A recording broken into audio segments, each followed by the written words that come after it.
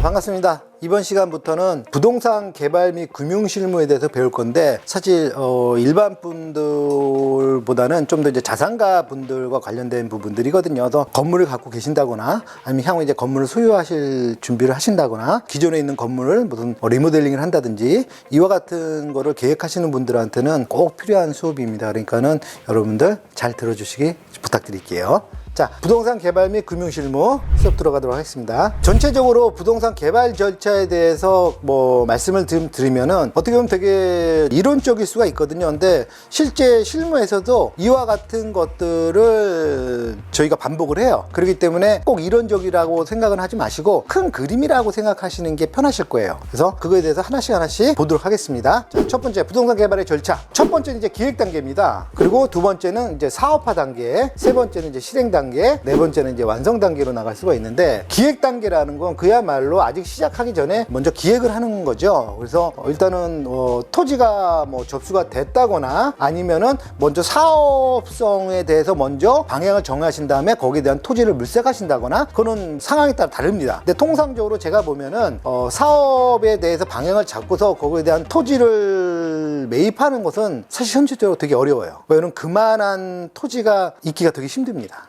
그렇기 때문에 저 같은 경우도 개발 실무를 많이 하고 있는데, 어떤 사업을 하고 싶다, 예를 들어서 크게 리조트 사업을 하고 싶다든지 아니면 쇼핑몰 사업을 하고 싶다든지 아니면 대규모 오피스 사업을 하고 싶다 그러면 먼저 사업을 구상한 다음에 그만한 부지를 찾는 것이 여간 어렵지가 않아요. 그렇기 때문에 사실 현실적으로 보면 아마 10개 중에 하나가 있을까 말까 하고요. 통상적으로 거의 대부분 토지가 먼저 접수가 돼야 됩니다. 접수가 된다라는 건 다양한 루트가 있지요. 지인을 통해서 접수되는 방법도 있고요. 아니면 중개업소를 통해서 하는 경우도 있고요. 아니면 또 토지 지주 작업을 전문으로 하는 업체들이 있어요. 그래서 그런 업체들을 통해 가지고 일단 토지가 접수가 되면 그 토지를 바탕으로 최유효 이용을 할 수 있는 상품을 만드는 거예요. 그게 바로 이제 사업화 단계인데, 그게 이제 통상적으로 지금 현실적으로 가는 겁니다. 그렇기 때문에 아까 앞에서 말씀드렸다시피 사업 방향을 정한 다음에 토지를 물색하는 거는 현실적으로 사실 쉽지가 않다라는 거, 그걸 말씀을 드리는 거예요. 그래서 자, 토지가 접수가 되면 그 토지를 분석을 해야 돼요. 분석을 한다는 거는 다양한 방법이 있는데, 법적, 이게 과연 인허가가 되느냐, 그 인허가 되는 건폐율이라든지 용적률이라든지 허용되는 상품이라든지 불허되는 상품도 있을 것이고, 각종 인센티브라든지 각종 이제 심의가 어느 정도 걸릴 것인지 이와 같은 것들을 전반적으로 분석하는 거, 이걸 바로 뭐라 그러냐면 사업 타당성 분석이라고 표현을 하는 거예요. 이게 과연 사업에 타당하냐, 그렇게 타당했을 때 과연 수익이 어느 정도 러프하게, 아주 디테일한 거는 이제 뒤에 이제 수지 분석을 짜봐야 되겠지만은 러프하게 어느 정도가 범위가 나올 수가 있느냐,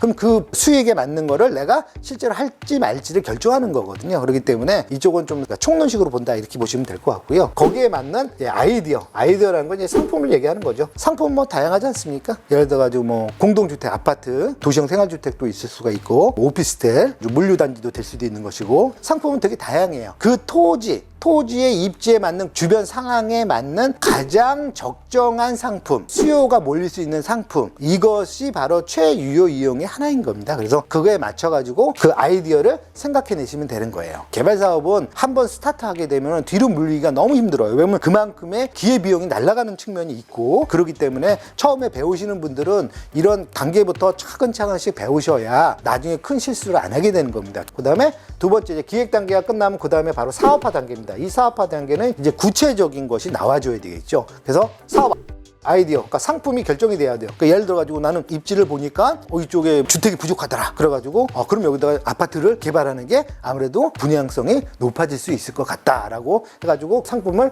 결정을 하는 거죠. 그리고 나서 뭘 하냐면 사업의 규모가 결정이 되죠. 이 규모라는 거는 반드시 인허가하고 연결이 되는 부분이거든요. 인허가가 날 때 어느 정도 규모로 결정이 나느냐, 우리가 단순히 국계법, 국토유형 및 계획에 관한 이쪽 법률에 보면 이제 소위 말해서 건폐율하고 용적률이 있습니다. 하지만은 그거는 물건마다 차이가 있거든요. 왜 그러면 그거를 다 찾아 먹는 방법도 있지만은 실제로 보면 또 다 못 찾아 먹는 경우들이 많아요. 여러 가지 건축적인 규제 때문에. 그렇기 때문에 그 규모가 정확하게 결정이 나와줘야 되고요. 그럼 그 결정이 나왔으면 전체적인 큰 그림이 나오고, 그러면 이제 자금 조달은 어떻게 할 것이냐. 왜 그러냐면 예를 들어가지고 2천억짜리 사업을 한다. 그럼 2천억의 사업을 모두 다 시행사가 자비로 부담해서 하는 사업 경우는 없거든요. 거의 100개 중에 하나 하나도 없을 겁니다. 아마 제가 봤을 땐. 적절하게 레버리지를 이용하는 것도 부동산에서 반드시 필요한 부분이기 때문에 그럴 경우에는 그럼 자금 조달을 어떻게 할 것이냐. 소위 말해서 통상 이제 PF 대출이라고 얘기하는 것인데 이 PF 대출을 어디를 통해서 어느 정도의 범위로 수수료와 금리는 어느 정도를 지급하는 조건으로 가느냐라는 것들이 이쪽에서 다 결정이 돼서 나와줘야 되는 부분이에요.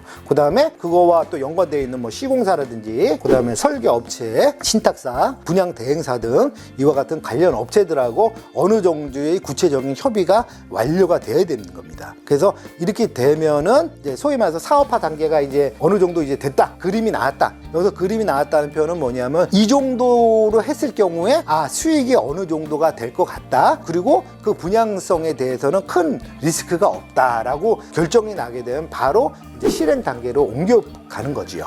만약에 사업화 단계에서 실제로 해봤는데 수치상으로 안 나오더라. 원하는 만큼의 그 수치가 안 나온다. 그럼 어떻게 해야 돼요?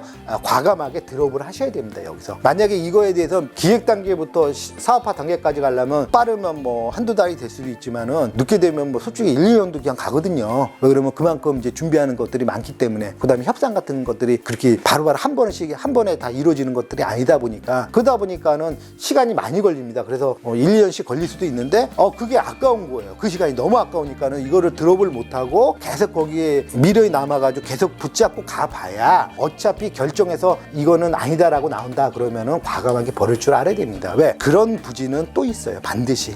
그렇기 때문에 비즈니스에서는 명확하게 한다와 안 한다가 정확하게 구분돼서 할 줄 알아야 됩니다. 내가 시간을 그동안 뭐 몇 년 동안 소유했는데 거기에 대한 비용도 많이 썼는데 이거를 못하면 너무 아쉽다? 이런 기회가 향후에는 다시 안 올 것 같다라고 하지만은 제가 쭉 해보니까는 또 오더라고요. 그보다 더 좋은 기회가 얼마든지 올 수 있으니까는 사업화 단계에서 답이 나왔는데 그게 아니다라고 원하는 답이 아니다라고 한다면 과감하게 드롭할 수도 있는 것도 아주 좋은 지혜입니다. 그리고 일단은 사업화 단계에서 오케이 이 정도면은 충분히 가능성이 있고 수익도 되고 분양성도 있고 관계 업체에서도 상당히 긍정적으로 바라본다라고 한다면 그때는 이제 실행 단계로 들어가셔야 돼요. 그래서 실행 단계로 가면 이거 쉽게 말해서 이제 부지도 매입을 해야겠죠. 확정적으로. 그래서 부지도 매입을 하고 거기에 대해서 사업 계획서도 당연히 확정이 돼야 되고요. 당연히 수지 분석이나 이런 현금 흐름표도 다 나와줘야 되는 것이고요. 그 다음에 이제 설계 또 당연히 계약을 하셔야 되고 그 다음에 이제 설계를 통해 가지고 또 인허가도 좀 진행을 하셔야 되고 그 사이에 이제 뭐 시공사라든지 분양 대행사라든지 그 다음에 신탁사라든지 이와 같은 관련 기관들하고 계약을 작성해서 같이 이제 협업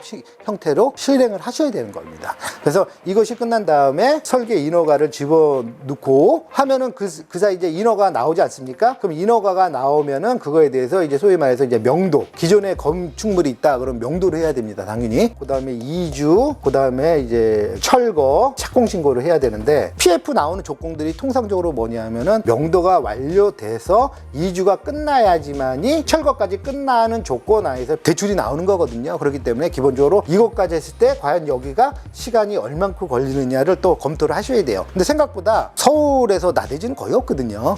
대부분 다 기존의 건물들이 있는 상태고 그 건물이 있으면 그 건물을 지금 사용하는 분명히 있단 말이에요. 소유자가 됐건 아니면 임차인이 됐건 소유자라고 그러면 좀 더 편해지겠죠. 왜냐면 소유자가 명도를 본인이 해주면 되는 거니까. 근데 임차인이 있다 그러면 그 임대차 기간이 반드시 존재하기 때문에 그래서 매도자 즉 부지를 매각하는 분이 명도를 해줘야 되고 그 다음에 당연히 거기서는 이주와 철거를 해줘야 되는데 이 시간이 생각보다 오래 걸릴 수도 있어요. 심지어 뭐 이거 갖고 임대차 보호법 규정 때문에 뭐 1년씩 걸리는 사례도 발생합니다. 그렇기 때문에 이런 것들을 미리 사전에 사업화 단계에서 이미 그런 것들이 다 풀어져 나와줘야 돼요. 왜 그러냐면 그런 거 아무런 생각 없이 그냥 무조건 현실로 했다. 근데 임대차 보호법에 의해 가지고 이것이 철거가 안 된다. 지금 당장 그러니까 명도가 안 된다라고 한다면 그 기간 동안에 아무것도 못하고 대기할 수밖에 없어요. 물론 이제 그 사이에 인허가를 진행하겠지만 인허가가 완료가 돼도 막상 인허가가 완료되는데 그럼 PF 자금이 들어와줘야 되는데 PF 자금은 반드시 뭐예요? 철거가 완료돼야지만 들어오는 구조거든요. 그렇기 때문에 그 텀이 생길 수가 있어요. 그것도 뭐 몇 달이 걸릴 수가 있기 때문에 이런 거는 반드시 사업화 단계에서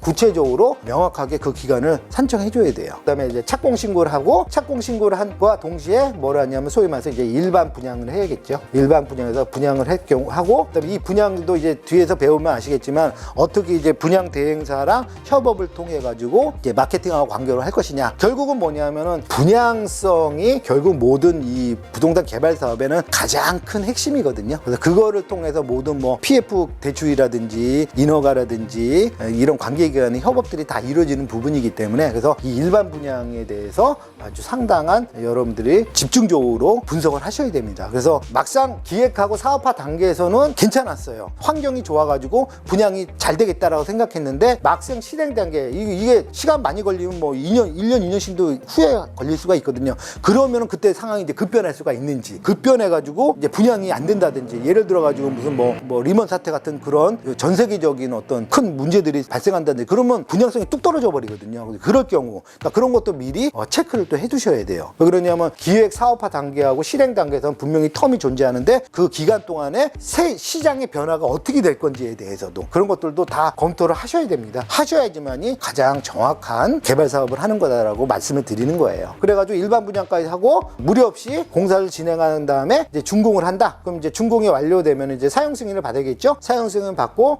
이제 입주 들어가야 되고 입주할 때 이제 당연히 잔금이 들어올 것이고 잔금을 통해 가지고 이제 정산을 하겠죠. 그래서 뭐 각종 이제 뭐 대출금이라든지 유보금 같은 것들을 다 정산을 합니다. 정산이 끝나고 나면 이제 향후에 이거를 이제 임대 관리를 할 것이냐 아니면 정산으로 끝날 것이냐를 결정을 해줘야 되는 거죠. 자, 그래서 일단은 전체적인 큰 그림을 보게 되면 부동산 개발 사업 절차는 크게 4단계로 나눌 수가 있고 이 중에서 가장 중요한 거는 사실 실행 단계가 가장 중요하죠. 왜냐면 핵심이니까. 근데 이 실행 단계를 하는 그 사업화 단계와 기획 단계가 그거에 대해서 거의 80% 90%는 여기서 다 나와준다라고 여러분들이 생각을 하셔야 됩니다. 그래서 이 기획 단계 특히 이 사업화 단계에서는 아주 디테일한 것까지 다 나와줘야 돼요.